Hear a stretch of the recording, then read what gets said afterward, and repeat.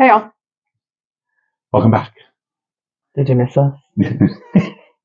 So this video is all about ways to save money when you're taking your family on a cruise, basically, and the long and short of it. We know, trust us, we know cruises are getting more and more expensive. They're not getting cheaper.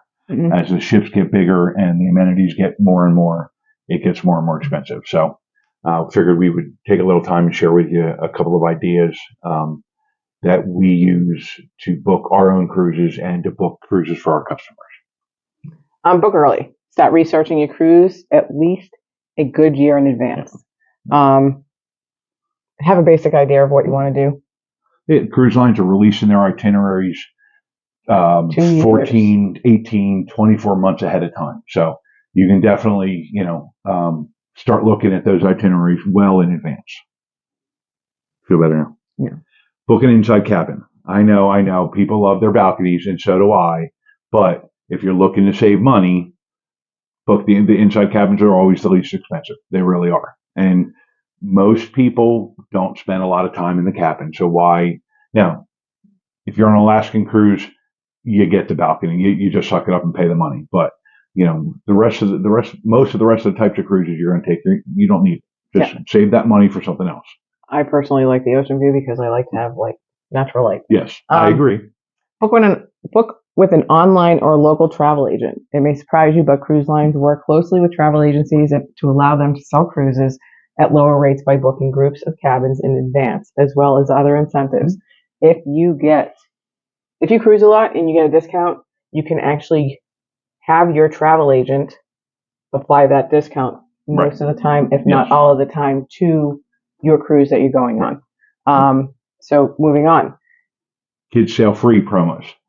Cruise lines occasionally have, some pretty good sales, and some of them, kids under a certain age are free, or third or fourth passengers in a cabin are free. You just got to pay the port fees and taxes. So keep an eye out for those kinds of sales.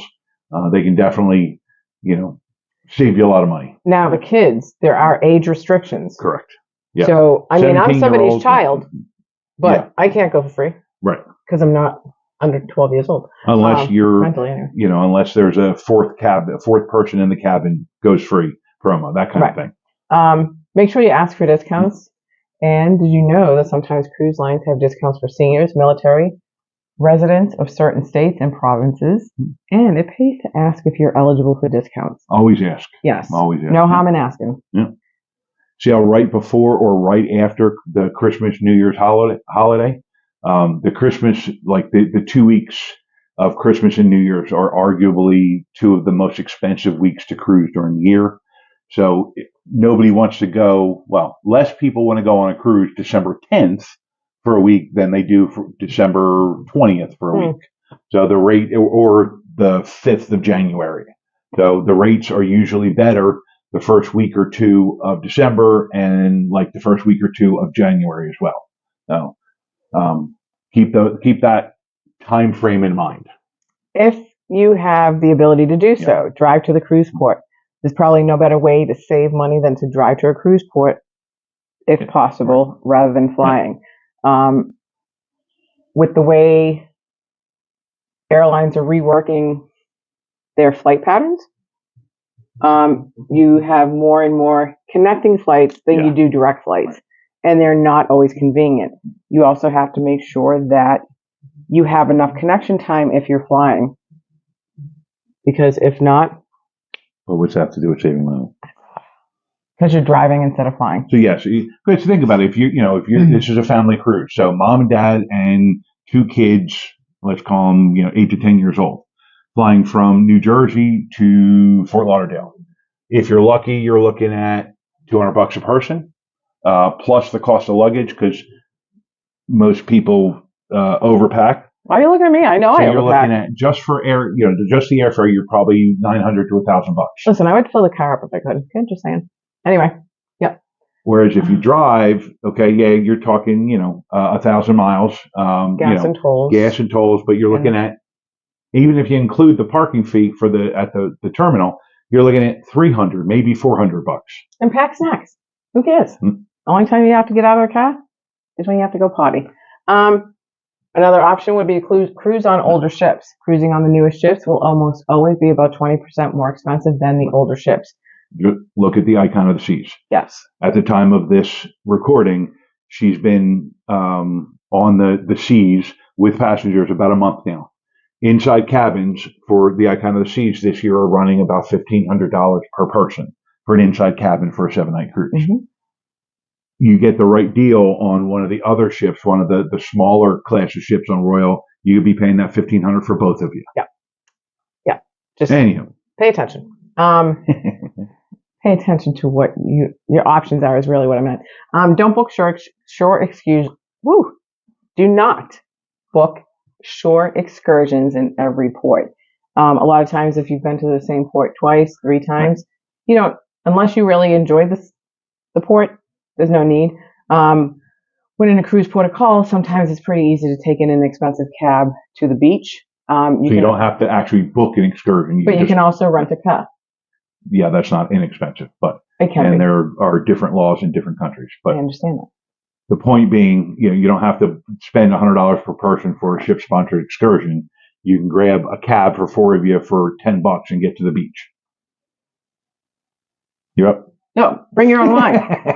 For real. Several cruise lines will allow you to bring a couple of bottles of wine or champagne to your stateroom per stateroom. Mm-hmm. Do bring a corkscrew with you because sometimes they will charge you a corkage fee. There you go.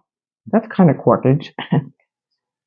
Next, anyway. Buy a beverage package. Don't buy a beverage package. This really depends on you and how much you may drink, whether it be alcoholic beverages, sodas, specialty coffees. Do the math. Find out what the cruise ships, if you're a vodka tonic drinker, find out how much they charge for a vodka tonic. Figure out how many of them per day you think you're going to have. Multiply that by 7. Is the drink package less than that would cost you? Get the drink package. If it's more, don't get the drink package. Also, know the differences between the drink packages. Correct. Yes. Because you have the water soda package, then you have a deluxe package. A deluxe soda package with specialty coffees. Yeah. And then we got the deluxe drink package. Right. And specialty coffees are not included in that. And to me, I'm paying out the wazoo for that. I should have my specialty coffee. And there's also multiple levels of alcoholic packages. You get the deluxe package, which is house brands, arguably.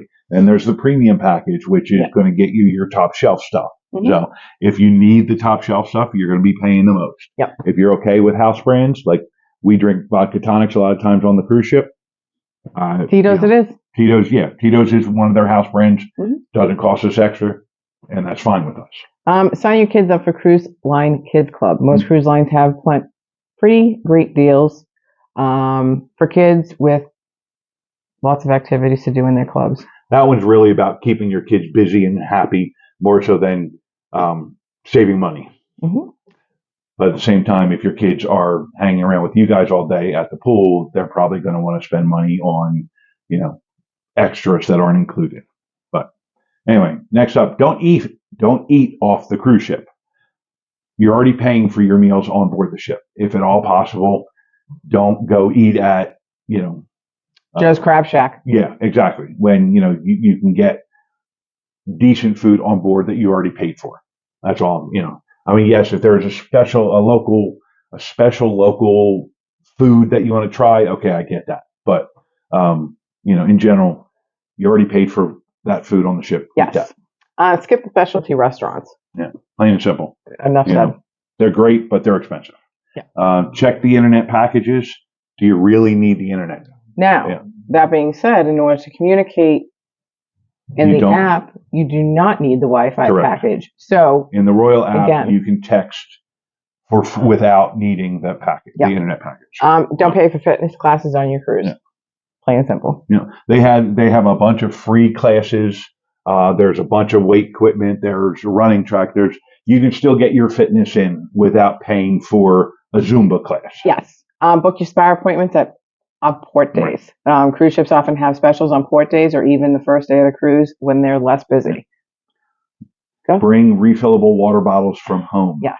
Not everyone really thinks of this, but why spend $3, $2 to $3 on a water bottle? Mm-hmm. Now, if you get the deluxe drink package or the premium drink package, don't worry about it because you can get a free water bottle every time you get a drink, Or every time you go to the bar. But if you're getting off at the port, they'll say if you have a drink package, you can get whatever. Right. So anyway, stock up on essentials before your cruise. Examples that are basic first-hand stuff: seasickness medication and prevention, sunscreen. That was first aid stuff, not first-hand stuff. Oh, my God. I should be on the other side again. Call me out on my mistakes. Of course I will. You call me out on mine. I will. Seasickness medication and prevention, sunscreen, and a book to read. So book your next cruise while you're on board. A lot of times, actually pretty much every time you're on a cruise, there's always a deal. There's a office that you can go to, next cruise, future cruise.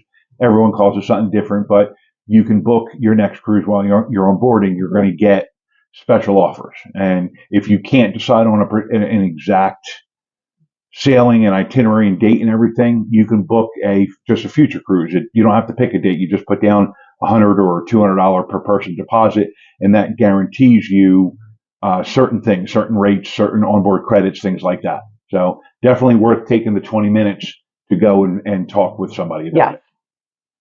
So that's pretty much it for that. So next up, check out our video on some tips and tricks to make that cruise memorable.